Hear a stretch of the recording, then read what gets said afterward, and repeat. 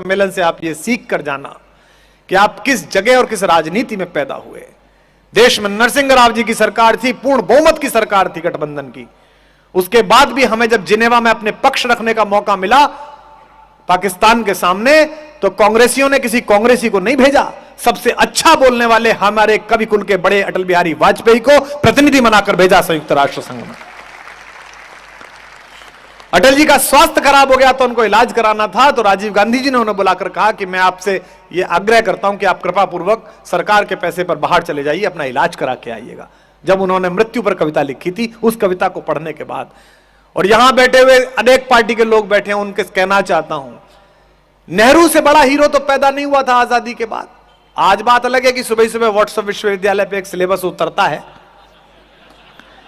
इस देश में एक व्हाट्सएप यूनिवर्सिटी है, उसमें पढ़ने के लिए मूर्ख होना न्यूनतम योग्यता है, प्राथमिक योग्यता है, उसमें कुछ करना नहीं पड़ता। 17-18 साल के लड़के का बाप 4000 रुपए का फोन दिला देता है, ओप्पो, और वो पट्टा शुरू के पोपो, और गांधी पे बात करता है। Can you believe? गांधी, 17-18 साल का लड़का गांधी को गाली देता है। यहां जवान लड़के बैठे हो तो उनसे कहता हूं, लातूर के बाहर खड़े हुए महाराष्ट्र पुलिस के दरोगा से जो वसूली कर रहा हो, जिस दिन उसकी आंख में आंख डाल के बात करने का साहस पैदा कर लो, उस दिन गांधी का नाम लेने की कोशिश करना। इतना बड़ा जादूगर पैदा किया इस देश। मैं तो आश्चर्य में हूं कि बोलते क्यों नहीं है कांग्रेस के लोग, बाकी लोग क्यों नहीं बोलते, सर मुझे किराए पे ही रख लो। हाँ, मतलब मैं पढ़ रहा था 1933 में गोलमेज सम्मेलन में बापू गए, जिस बात को कह के मैं संपत सरल को बुला रहा हूं, और मैं आशा करता हूं कि एक एक व्यक्ति इस पर मोहर लगाए जो आज मैं लातूर में कह के जा रहा हूं। 1933 में जब बापू गए तो ब्रिटेन के राजा से मिलने का समय तय हुआ, और ब्रिटेन का राजा ऐसा राजा नहीं था जैसी आज की महारानी है, 2/3 दुनिया का मालिक था, 2/3 दुनिया का, जिसको चाहे गर्दन काट दे, जिसको चाहे जमा करा दे। बापू से मिलने का समय हुआ। महाराज के एडीसी ने, सेक्रेटरी ने लेटर लिखकर भेजा बापू को कि फुल कोट पैंट और टाई में आए, ब्लैक या ग्रे रंग का कोट होना चाहिए, यह ड्रेस कोड है। लेकिन वो तो बापू, वो तो गुजरात का गांधी, भारत की आत्मा, स्टील की आत्मा, छाती का नाप तय नहीं था पर कलेजे की हिम्मत तय थी, इसलिए उसका नाम गांधी था। बापू मिलने के लिए गए, समय तय हुआ, बर्किंघम पैलेस में बग्गी उतरी तो एक धोती में हिंदुस्तान का फकीर लाठी लेकर अंदर। राजा को बताया गया कि वो तो कपड़े ही पहन के नहीं आया। राजा ने कहा चलो मिलके तो देखते हैं। जॉर्ज पंचम सामने बैठा और गांधी से उसने पूछा, well mister Gandhi, where are your clothes, तुम्हारे कपड़े कहां हैं? अगला जो वाक्य बोला, इसके लिए स्टील का कलेजा और भारतीयता की मिट्टी चाहिए बापू बनने के लिए। जैसे ही उसने पहला वाक्य बोला कि तुम्हारे कपड़े कहां हैं, बीच में से 2 दांत टूटे हुए मुस्कुराते हुए बापू ने कहा, हुजूर मेरे छोड़िए, मेरे पूरे देश के कपड़े तो आपने चुरा लिए, मैं कहां से पहनूं? यह कहने का साहस गांधी को गांधी बनाता है। इस देश में जब तक आप विपरीत स्वर सुनना नहीं सीखेंगे, तब तक आप सच्चा लोकतंत्र जीवित नहीं रखेंगे। इसलिए यहां जो भी लोग बैठे हों, एक दूसरे को सुनना स्वीकार कीजिए। और नेताओं, आप तो जरूर सुनो, मंत्री बनने की प्रत्याशा में बैठे हुए विधायक जी जरूर सुनो। आज ये फंस गया है, मंदिर में मिला तो बड़ा प्रसन्न था विधायक, उसको लगा कि प्रेम से बात करो तो कुमार विश्वास अच्छी बात करेगा, पर हमने अपना वाला नहीं छोड़ा, तुम तो पराए हो। जिन पत्थरों ने हथौड़ी और छेनी की चोट सहने से इंकार कर दिया, वो पत्थर पत्थर रह गए, वो मूर्ति नहीं बन पाए। ये बात मैं इसलिए कह रहा हूं, और अगली बात पर शायद आपकी तालियां संपत जी को आमंत्रित करें। ये सब जानते हुए कि कुमार विश्वास कौन है और क्या बोलता है, ये सब जानते हुए कि आदरणीय पाटिल साहब जब गृह मंत्री थे तो राजनीति में विभिन्न प्रकार के विभेद में हमने इनके विषय में क्या क्या बोला है, हमने कितने कितने भाषण दिए और बयान दिए हैं, उसके बाद भी लातूर ने और इस परिवार ने हमें आमंत्रित किया है। इससे पता चलता है कि असली राजनेता क्या होता है, असली पहचान क्या होती है, असली स्वीकार क्या होता है। मैं चाहता हूं कि इस समय सच की बड़ी बेखौफ आवाजों में एक मुस्कुराता हुआ ठहाके वाला आदमी, जिसकी टिप्पणियां आप बरसों याद करेंगे, ऐसे इस वक्त के सटायर के सबसे बड़े कवि का स्वागत जरा ज्यादा बड़ी तालियों से हो तो अच्छा है। जोरदार तालियों से आमंत्रित करें।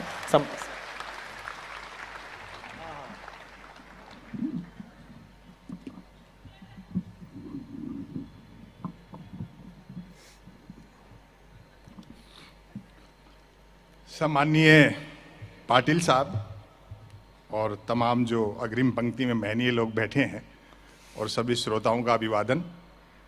डॉक्टर कुमार विश्वास का जादू आपने देखा। अगर कोई सिनेमा का सेलिब्रिटी भी यहाँ होता तो भीड़ हो सकता है इससे दोगुनी होती, लेकिन हुड़दंग भी होता। और आप पूरे मनोयोग से शांत चित्त से पूरा कवि सम्मेलन सुन रहे हैं। 2 कवियों को आप सुन चुके हैं। मैं किसी भ्रम में नहीं हूँ। अब कवि सम्मेलन में वही लोग बचे हैं जो या तो डॉक्टर कुमार विश्वास को सुनना चाहते हैं या फिर जो दूसरों के साधन पर आए हैं।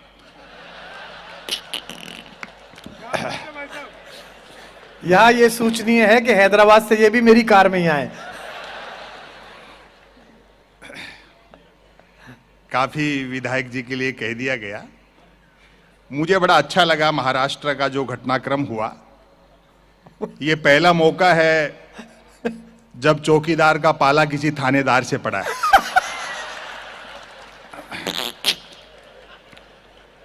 हाँ। स्वस्थ लोकतंत्र में विपक्ष बहुत मजबूत होना चाहिए और जब चुना हुआ विपक्ष कमजोर हो तो यह जिम्मेदारी बुद्धिजीवियों पर आ जाती है। बहुत अच्छे, बहुत अच्छे। मुझ पर और डॉक्टर कुमार विश्वास पर और तमाम कवियों पर, विशेषकर मुझ पर यह आरोप लगता है। कई लोग तो कहते भी हैं कि संपत सरल जी बैलेंस किया करो, आप एक तरफा क्यों बोलते हो। मैंने कहा जी बैलेंस करने के लिए ही तो एक तरफा बोलते हैं। आए हाय वाह। अच्छा है आपने बता दिया कि एनसीपी के विधायक हैं।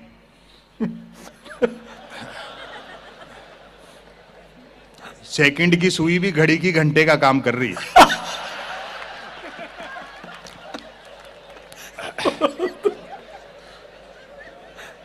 ये मोहब्बत रहनी चाहिए। अभी पिछले दिनों एक कवि सम्मेलन में सामने विधायक बैठे थे, मुझे पता नहीं था किस पार्टी के हैं, तो मैंने ऐसे पूछ लिया। मैंने कहा साहब बीजेपी में हो, कांग्रेस में हो क्या? बोलो नहीं बीजेपी में हूं, कांग्रेस में घंटे भर पहले थे। हाँ, हाँ। देखो 2 लोग मिलकर के इस देश को जिस तरह से चला रहे हैं, ये गुस्से की बात नहीं है, ये तो मजाक का विषय है। आपको हंसना चाहिए इस बात पे। जिस पे आपको गुस्सा आता है, हम कवि लोग बहुत हंसते हैं, ठहाके लगाते हैं इस पे। इतनी बड़ी पार्टी फिर भी तोड़ फोड़ में लगे रहते हैं। मैं तो ये समझता हूं कि गृह मंत्री और प्रधानमंत्री अकेले में मिलते होंगे तो क्या बात करते होंगे। बोले उसको तो पटक ही दिया, इसका ये कर देंगे, उसका वैसे कर ही दे जाएगा। मैंने कहा भाई बहुत जोरदार। जिस तरह से विरोधी पार्टियों में इतनी बहुमत के बावजूद तोड़फोड़ कर रहे हैं, कहीं ऐसा नहीं हो कि 2024 के चुनाव में बीजेपी का चुनाव चिन्ह हाथ के पंजे में कमल का फूल। हाँ। लेकिन पाटिल साहब निराश होने की बात नहीं है। तमाम लोग जो बैठे हैं कि होके मायूस ना आंगन से उखाड़ो पौधे, धूप बरसी है तो बारिश भी यहीं पर होगी। चीजें बदलती रहती हैं। हम पर अक्सर आरोप लगता है कि हम कवि लोग आलोचना करते हैं, देश की बुराई करते हैं। अभी मैं कल दुबई से ही आ रहा हूं, बहुत दुखी हैं वहां के लोग। पूरे 7-8 घंटे में वहां रहा, एक गाड़ी का हॉर्न नहीं सुना। पता नहीं इतनी शांति में कैसे रह लेते। यहां तो स्पीड ब्रेकर आ जाए तो भी हॉर्न बजाते हैं। बहुत अच्छे भाई, संपत भाई जिंदाबाद। 1 मिनट बिजली नहीं जाती। वो बेचारे क्या जाने बिजली आने का क्या सुख होता है।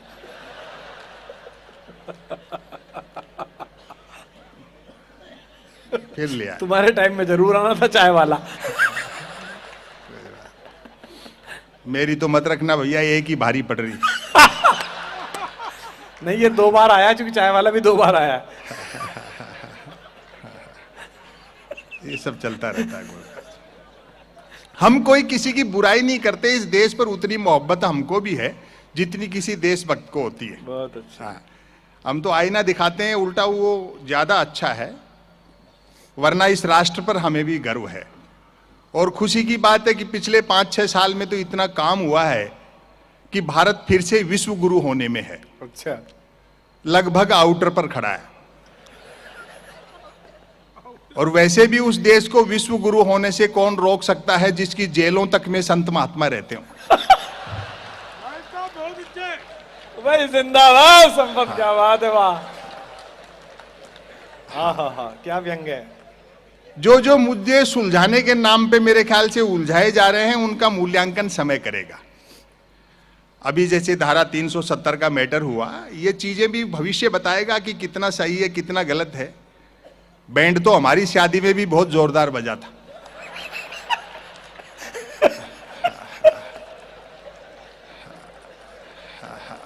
भाई ताली तो आने वाली बात थी।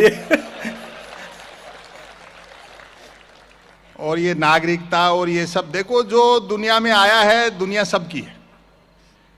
हो सकता है किसी दिन ऐसी एनआरसी हो और पता लगे कि हम में से आधे लोग तो शक हूण कुषाण हैं, जो 7 समंदर पार से आए थे। दुनिया मोहब्बत से चलती है। आग लगती है जंगल में तो न तो वो बरगद बजते हैं जो हवा को आंधी में बदलते हैं, और न वो बांस बजते हैं जो आपसी रगड़ से चिंगारी पैदा करते हैं। क्या बात है, वाह। पूरी दुनिया का परिदृश्य आप देखो, चाहे वो ट्रंप हो, पुतिन हो, आबे हो, वहां वाले हो या यहां वाले हो, आपको लगता है कि राजा का चुनाव प्रजा करती है। दरअसल 10-12 मल्टीनेशनल कंपनियां मिलकर के जिसमें चाबी भर देती हैं, वो खिलौना चल पड़ता है। आए हाय आए हाय आए हाय, क्या सच बोल रहा है भाई, वाह वाह वाह। 2 चीजें होती हैं। बैंक का कार्यक्रम है, मैं बताना चाहता हूं, एक है बाजार, एक बाजारवाद।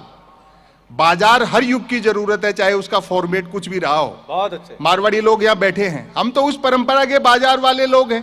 दुकान के दरवाजे पर शुभ लाभ लिखा रहता था, यानी लाभ तो हो लेकिन शुभ हो। आए हाय, क्या बढ़िया बात कही है, वाह। अब तो चीजें बहुत बदल गई।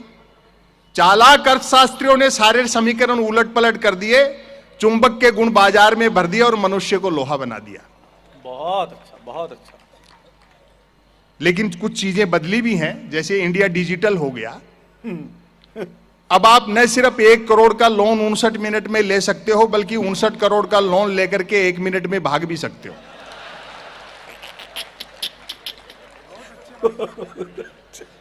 और व्यापार तो इतना आसान हो गया कि कोई भी आदमी किसी भी समय कुछ भी व्यापार कर सकता है। अभी मैं पिछले दिनों दवा की दुकान पे गया। दरअसल तबीयत खराब नहीं थी, एक्सपायरी डेट की दवाइयों पे डिस्काउंट चल रहा था। संयोग से उस दिन धनतेरस थी। दुकानदार मेरा परिचित था, उसने मजाक कर ली, बोले यार आज त्योहार के दिन भी बीमार पड़ गए क्या। मैंने बात संभाली, मैंने कहा ऐसा नहीं है, 2 कारणों से खरीदारी करने आया हूं। एक तो आज कुछ ना कुछ खरीदने का रिवाज है, और दूसरा पूरे दुकान में आज के दिन आप ही के यहां सबसे कम भीड़ थी। तो वो भी मजाक पे उतर गया, बोलो ठीक कह रहे हो। दूसरे दुकानदारों की बिक्री देख करके मैं भी सोच रहा था कि एक दिन के लिए दुकान के आगे थोड़े से बर्तन लगा लेता, दवा की दुकान के आगे, तो 2 पैसे ठीक से कमा लेते। वो 10 दुकान छोड़ करके सिंह साहब है मेडिकल वाले, वो तो दीपावली पे पटाखे बेचते हैं। और अब व्यंग का आनंद लेना, बोले सिंह साहब तो दीपावली पे पटाखे बेचते हैं। मैंने कहा सिंह साहब के पास पटाखे बेचने का लाइसेंस है क्या। बोलो लाइसेंस ही पटाखे बेचने का है, बिना लाइसेंस के तो वो दवाइयां बेच रहे। कमाल है। कविता तिवारी ने कितनी अच्छी रचनाएं सुनाई बेटियों को लेकर के। और यहां भी मैं देखता हूं कि इससे परिवार लोग आए हैं। और देखो, एक निवेदन कर दूं, शादीशुदा हो तो पत्नी को साथ रखा करो, वरना मन की बात भी रेडियो से करते फिरोगे।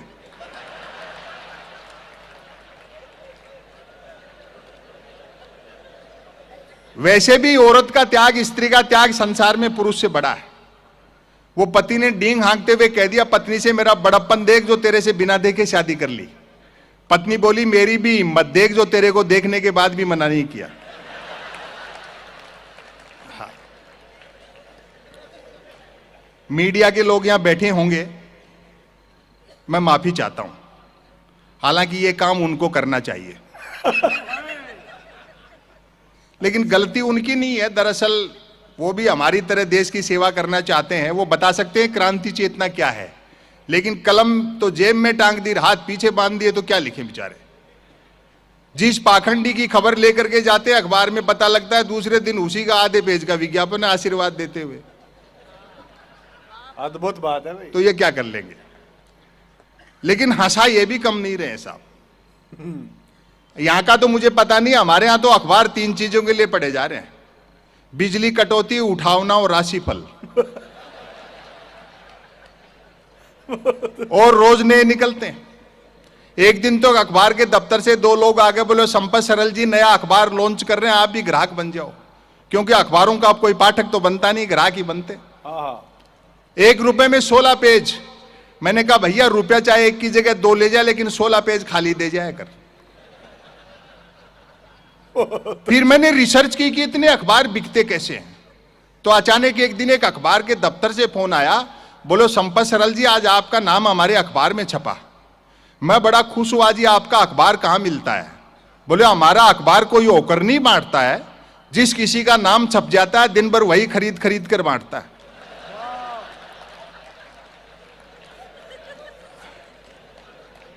और टेलीविजन वाले तो इतना हंसाते हैं, वो प्राइम टाइम पे बहस देखते हो, जैसे किसी जमाने में अवध के नवाब मुर्गे लड़ाते थे। अमूमन 4 जन बहस आते हैं, एक मुद्दे का समर्थक, दूसरा मुद्दे का विरोधी, तीसरा बुद्धिजीवी दोनों को हड़काने वाला, और चौथा एंकर तीनों को भड़काने वाला। और व्यंग पर आपकी तालियां उठेंगी, चौथा एंकर तीनों को भड़काने वाला। बहस होनी होती है गरीबी की रेखा पर और करते रहते रेखा की गरीबी पर।